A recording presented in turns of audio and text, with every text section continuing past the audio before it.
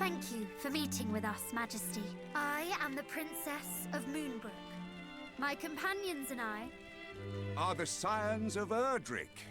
Or are you merely insidious impostors playing the role? Thou art aware of recent events? We of Dirkandor have a talent for catching little birds.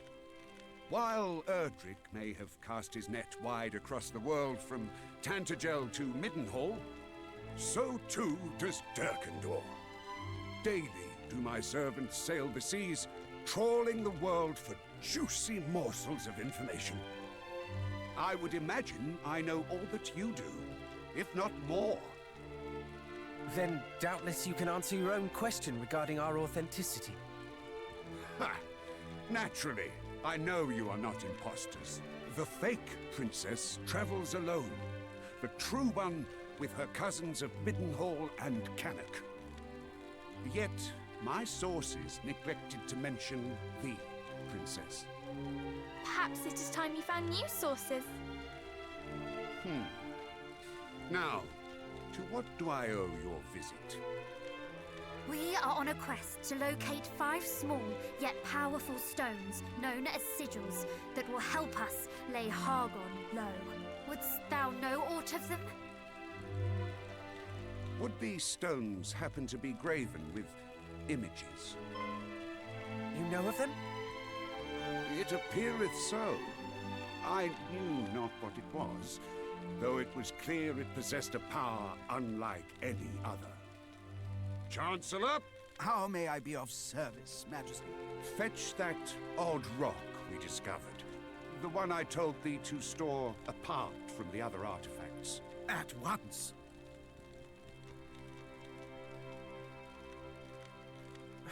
To think it would be so easy. Lo, did I say I would present it to you without demanding aught in return? A tough customer, eh? How much do you want for it? How much? Dost thou think me so low as to pinch thy pocket money? There is but one thing I require of you. That you show to me the same strength that you showed to the priest of Beryn. What is the priest to thee, precisely? He is an old friend. Now, on to what precisely I would have you do for me. I would put your strength to the test. Perform satisfactorily, and I shall bestow unto you the sigil. After all, if you cannot best my trial, then you will hardly be capable of defeating Hargon himself. What say you? Of course we will face it. Why, I can but think it is the very purpose for which your friend sent us here. One would expect no less of the scions of Erdrick. Speak with me anew once your preparations are complete.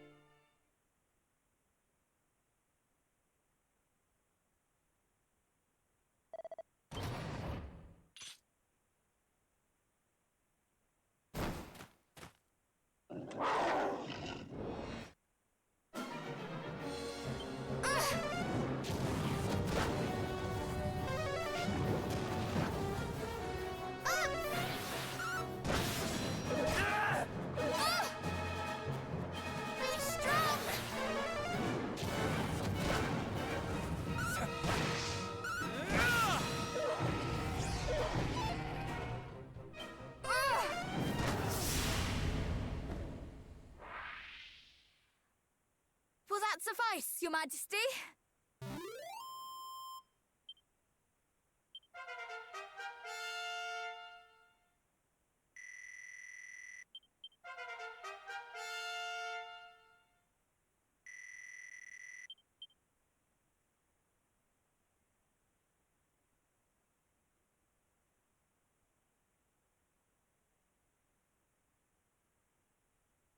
Magnificent!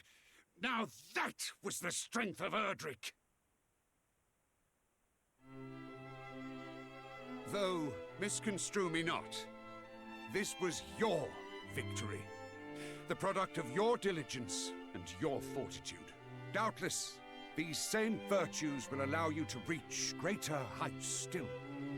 Here, your reward.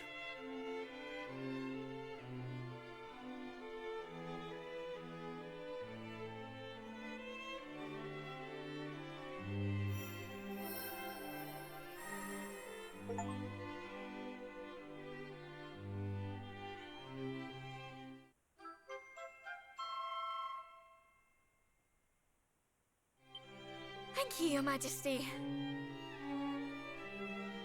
I myself have yet to cross swords with Hargon, but I have heard tell of the fearful powers at his command. He harnesseth his mastery of sorcery to confound his enemies. It will be a fight like none you have faced before. Can we ever hope to best such a foe? Mayhap not at present, but the future remaineth in your hands. Relent not on your quest for greatness, and good luck! Our sincerest thanks, Majesty. I pray that Dirkandor too remaineth safe from the monstrous threat. Let them come, I say. My warriors and I yearn for the thrill of combat. In this, and this alone, we welcome all and any uninvited guests.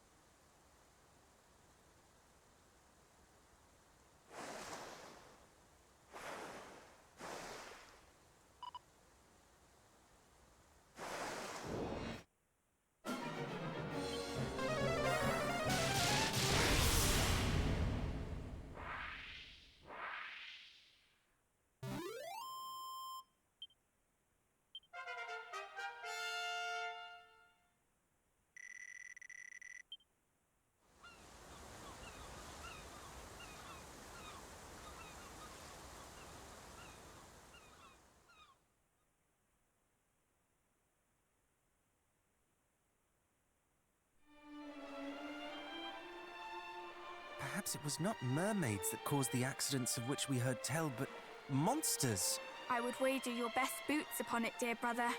Let us descend and investigate further. But have a care. There may be more of them. Well, fancy that! Those beasts are dead. I thought they'd never go. We owe these little ones our thanks. Come on, let's say hello.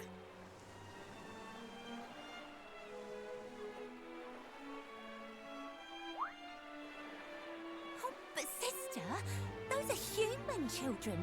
Shouldn't we be wary? They'll steal our scales to sell at market. Ugh, humans are scary. Oh, don't be silly. What do you think their monster slaying means? That's right, that they're the nicer kind of horrid human beings. Those voices.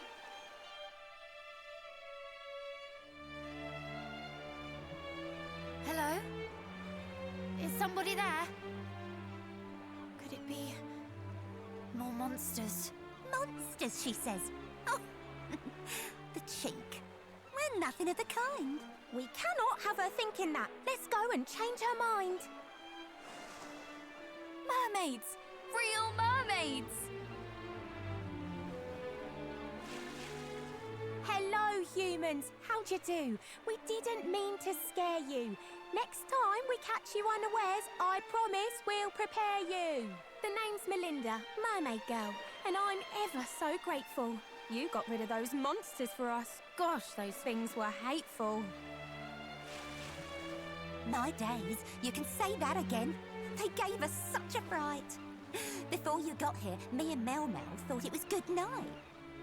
I didn't introduce my friend. This here is Ellie Pooh. Oh, sorry, that's just for her besties. It's Elaine to you. We're usually quite careful to keep out of monsters' sight, but staying hidden when someone's in danger isn't right. So when we went to rescue some humans that got hurt, we had to show our faces to those little bags of dirt. Syl? Were you perchance about to say Sylvester? Do you know him? We do. In fact, we took him home a little while ago. His ship was sunk, and so we helped him and his friends, you know? Oh, help you did, Mel. Lovingly indeed in old Sylv's case. Just shut it, you, before I wipe that smirk right off your face. Well, anyway, it's thanks to us they lived to tell the tale, and now they're all as healthy as the day they first set sail. You nursed them all back to health. We did indeed, and though their boat was full as full could be, we made sure every one of them returned home safe from sea. That is a relief to hear. We had feared that they might all be... Indeed. You have our gratitude, and that of the people of Zahan, I am sure. Many tears of joy will be shed at the return of those they feared lost. Oh, that's nice. But my poor Melly Mel's concerned about one man alone. A fair-faced fisher fellow she'd have liked to make her own. I see. If I might ask, how badly hurt were the fishermen when first you found them? Oh, terribly, but none more so than poor Mr. Sylvester. Hence why I couldn't just stand by and leave his wounds to fester. Yeah, we believe you. But his wounds are now fully healed, you say? All but the burns both suffered in the fiery flames of passion. The two made moony eyes like it was going out of fashion. Shut it, you! Just shut it!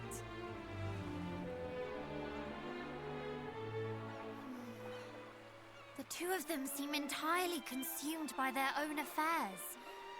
Though I try, I cannot seem to get them to simply say what happened. What are we to do? What if I were to join in? I must confess to being eager to hear more about these flames of passion. Absolutely not! Forgive me, but you will only exacerbate the situation. They certainly are not what I pictured when I imagined mermaids.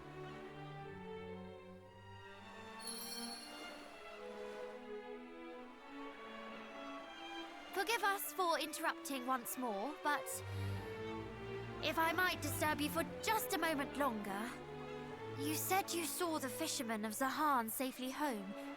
Is that correct? Yup. You have our thanks. Would that there was some way we might repay the favor you have done us. Oh, there's no need for you to give us something for our trouble. Sylvester said he'd be back here with presents on the double. Indeed? Oh, how marvellous! Perhaps his wife and child will accompany him. Given how worried they both were for his safety, I'm sure they are just as eager to say thank you as he. Here's...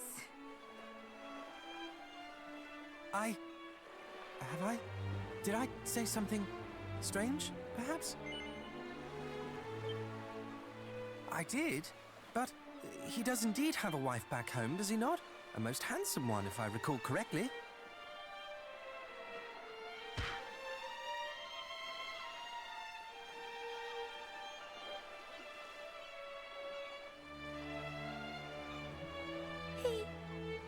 Oh... He had a wife and child at home this whole entire time. Not once did either of them ever seem to cross his mind. No, sister, we just did not ask. I'm sure that if we had, that he'd have told us he was both a husband and a dad. But never mind that. Now I come to think of it, we're fine. I don't think we'll be needing any presents. Not this time. Could you please tell Sylvester when you happen to next meet that there's no need for him to come, although the thought was sweet? He's just returned to his beloved family, as you say. Plus, he might be attacked by horrid monsters on the way. But Besides, I doubt he'd bring us anything we'd really treasure. We're mermaids. He's a human. It's a stretch by any measure. I see. We saved their lives. There's thanks enough for us in that alone. We're only glad they're finally fully healed and safely home.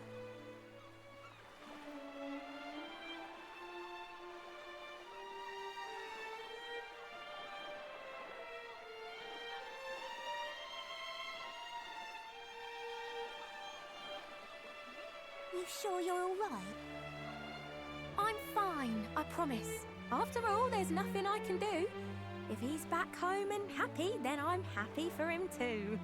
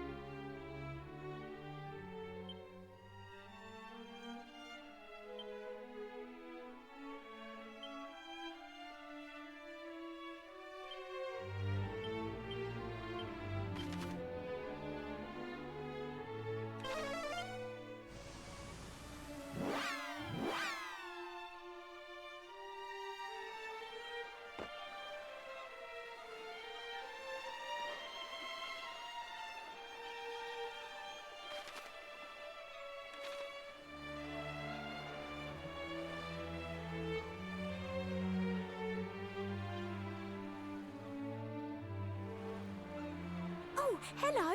Look, Ellie, it's our little human friends. It's wonderful to see your smiling faces once again. Ah, good. You are still here. There are matters we would discuss with you. Tell us, are you always to be found atop these rocks? Not all the time. We sometimes go a-wandering here and there. But yeah, we are here quite a lot. A whole lot, to be fair. But anyway, these matters that you mention, you mean him? You told him not to come back. Was he upset? Was it grim?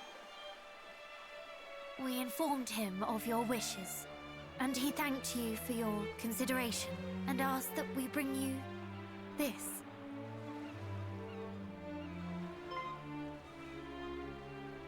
Oh, pretty.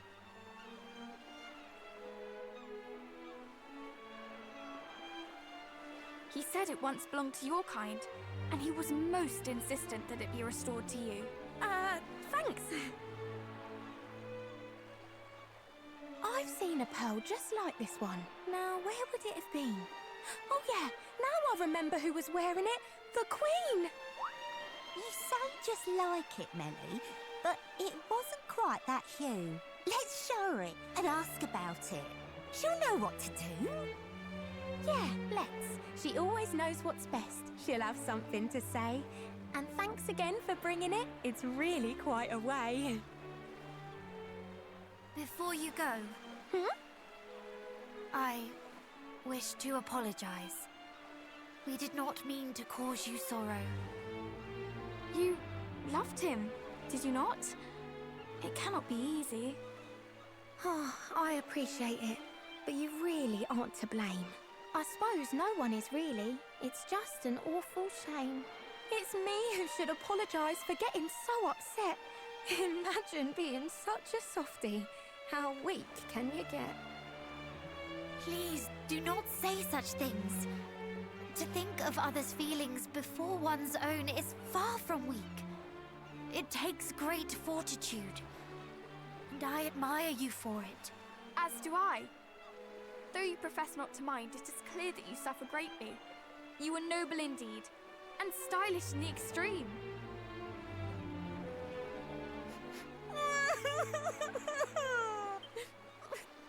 I know you're trying to cheer me up, but this is out of hand. Don't praise me so, I beg of you. It's more than I can stand. I shall praise you as much as I please. You are a wonderful, thoughtful person, and I admire you very much. Stop it! Stop it, you silly you! Now I too am weeping. I cannot... Oh, it's all too much. You're just too nice. It's more than I can take. Just look at us. Come, dry your eyes. Please don't cry for my sake.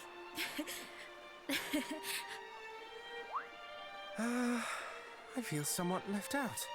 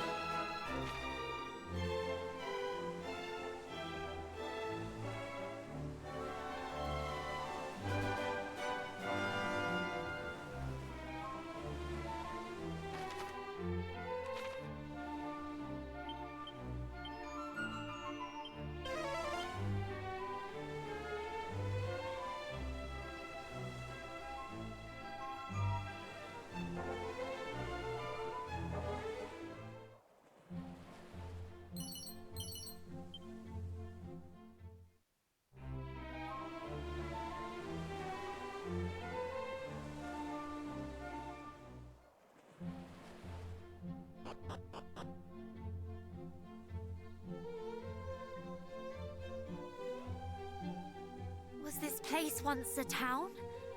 If it was, it would seem to have been some time since anybody lived here. Well, town or no, I grow weary. Shall we rest a while before continuing on our way? Fools!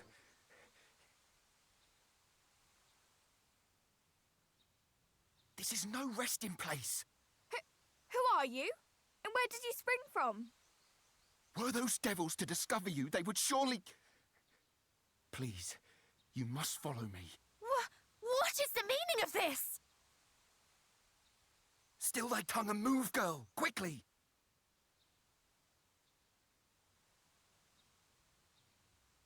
This way! This is... I can hardly believe it.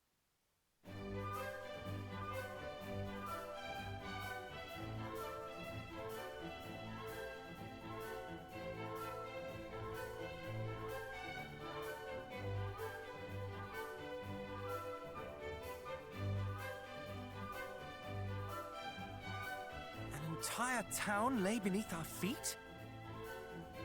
What is this? Outsiders? Were they seen? Pray, tell me they were not. They were not. I did bring them below as quickly as I was able. If I might ask, where precisely are we? Burrowell, a town established by those fortunate enough to escape Rendarak with their lives. We chose to dwell beneath the earth that we might better evade detection by marauding fiends. This place lieth but a stone's throw from foul Hargon's lair. Great care must be taken to avoid his minions' gaze. Truly, his dwelling place is close by. Aye, in Rendarak, which was once a land both fair and free, until he did build a shrine unto himself at its center. You must tell us. How might we gain access to this shrine? Gain? No human may safely approach it.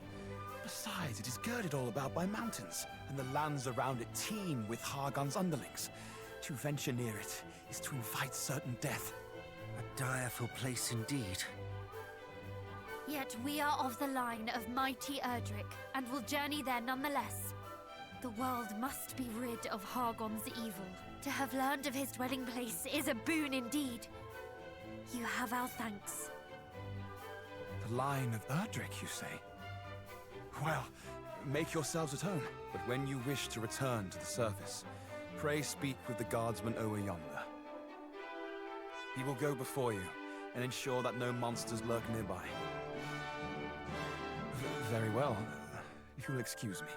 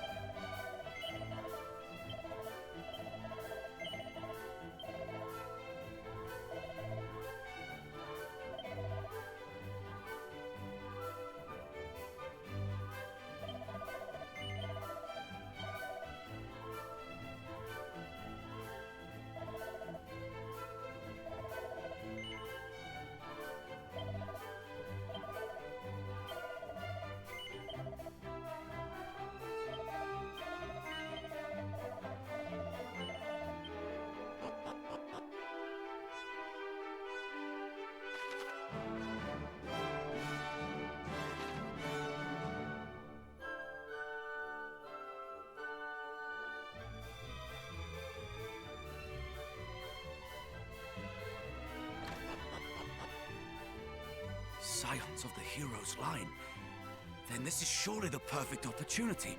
Come, we must strike while they are yet with us. I had suspected thou would say as much. Wouldst thou so blithely shatter the peace we've striven so hard to safeguard? I have told thee, have I not? As long as the stone is ours, we have naught to fear. Ah, thee and thy precious stone. Far better to seek the help of heroes than of some goddess-forsaken rock.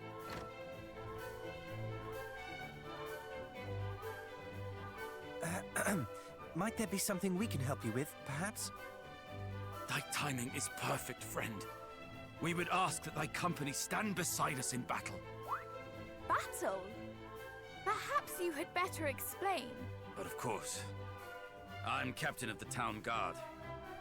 And let us just say that myself and the chief are not entirely in agreement on how our home might best be protected.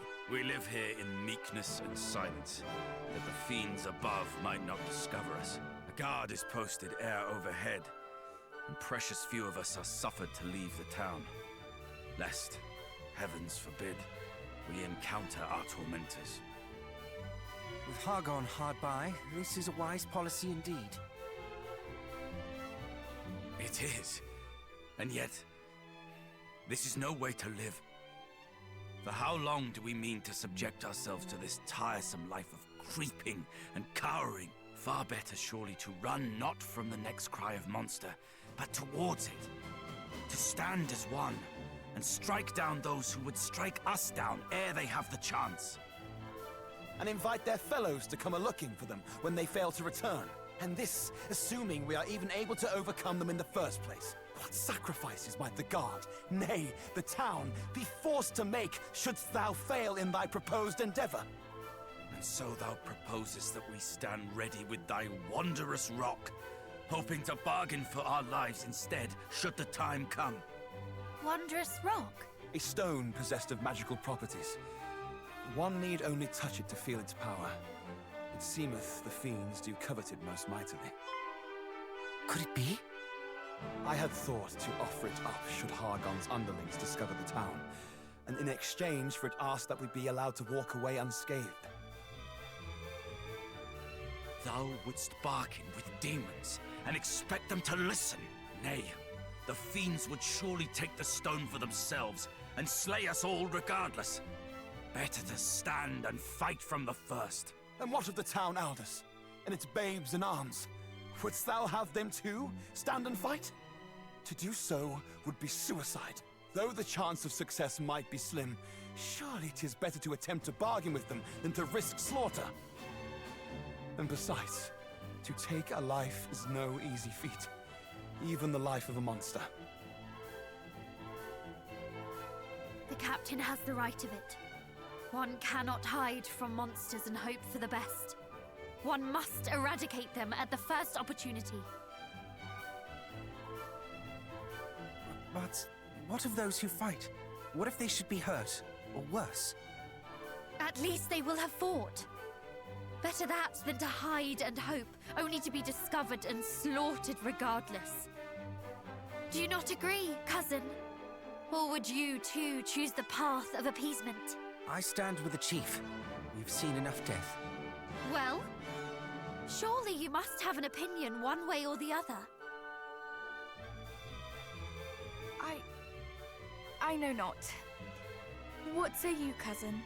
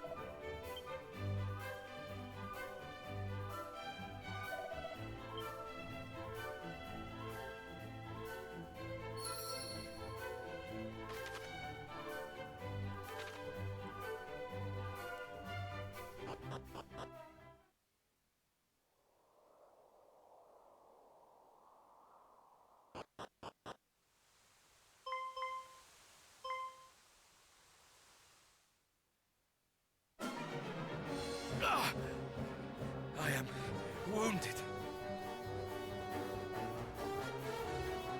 Calm yourself, please. Your hurt is not a grave one. But the blood...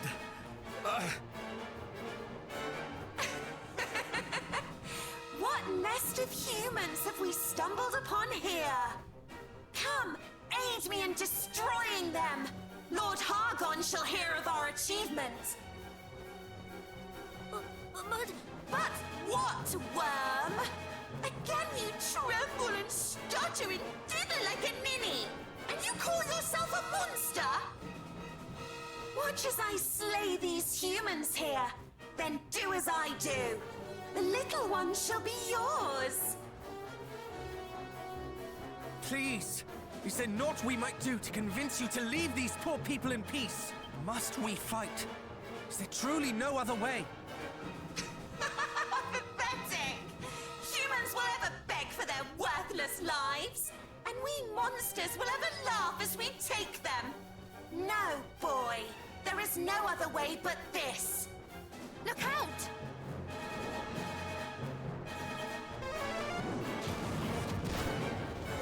You're mine!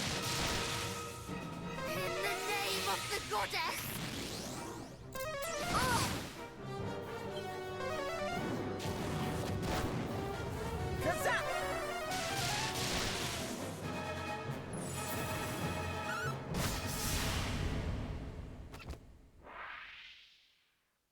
Just desserts.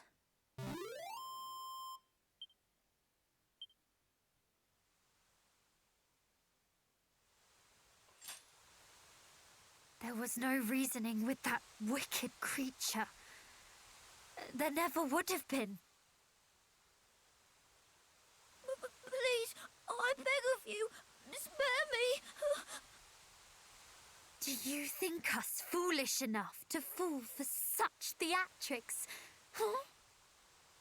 I swear to you, this is no ruse.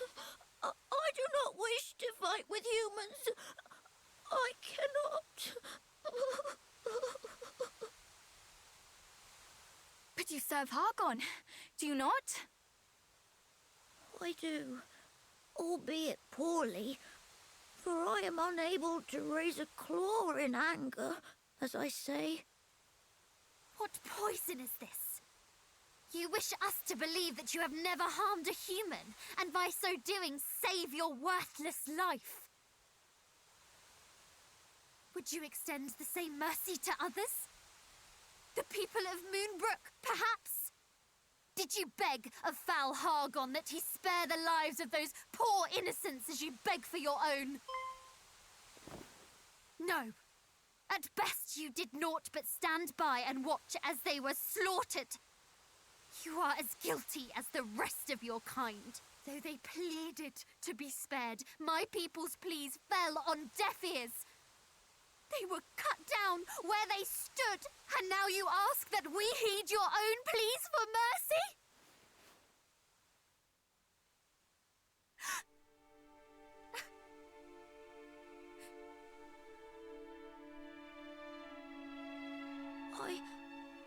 I know not what to say. It is true. I stood by and listened as my companions spoke of eradicating your kind. I did naught to stop them. I gave little thought to the terror they endured. But now I know that terror for myself. And in knowing it, I see for the first time the gravity of the crimes my kind have inflicted and continue to inflict upon yours. You are correct in all that you have said. I am a monster in the truest sense of the word, and I do not deserve to be spared. You are, and I shall not spare you. You who did nothing as Moonbrook was laid waste.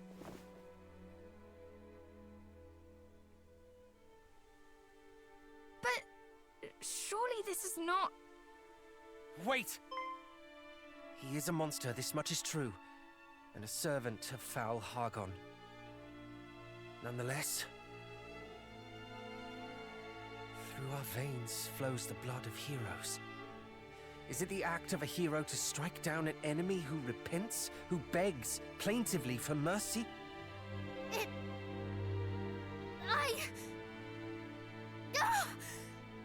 Why do you ask this of me now?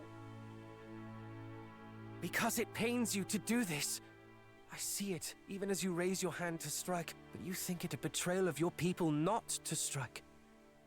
And so you would do so regardless. But please, I beg of you, stay your hand. Would my people not hate me for sparing this pathetic creature?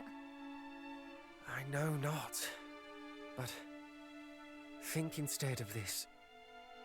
What would your father have said? He would have told me that he loved me no matter what I chose to do.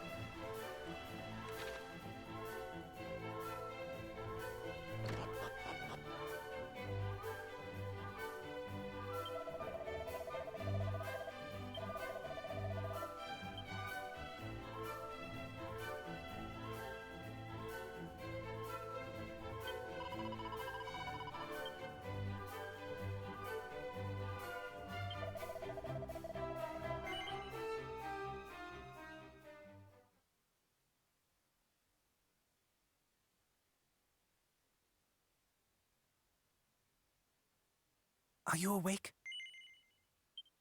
I too am awake. As am I. Wide awake, in fact.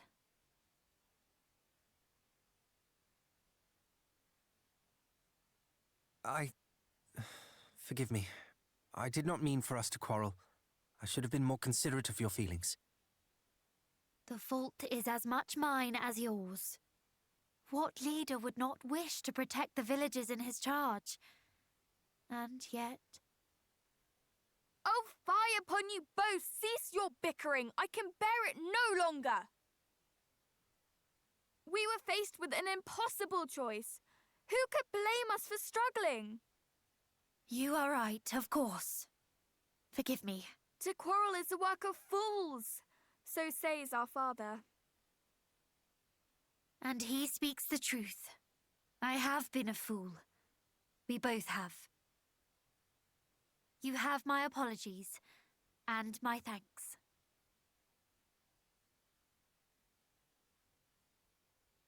Now that I think upon it, I fear that neither of our friends had the right of it. The captain wished to fight, yet could not when the moment came, and the chief wished to parley with beasts. A fool's errand, if ever there was one. Perhaps. And yet, if neither path is right, then all are wrong. Indeed. Peace may be returned to this village, to this world, but by one means and one means alone. The defeat of foul Hargon. Hear, hear. And we shall not achieve our end divided, so let us stand together. Indeed. Indeed.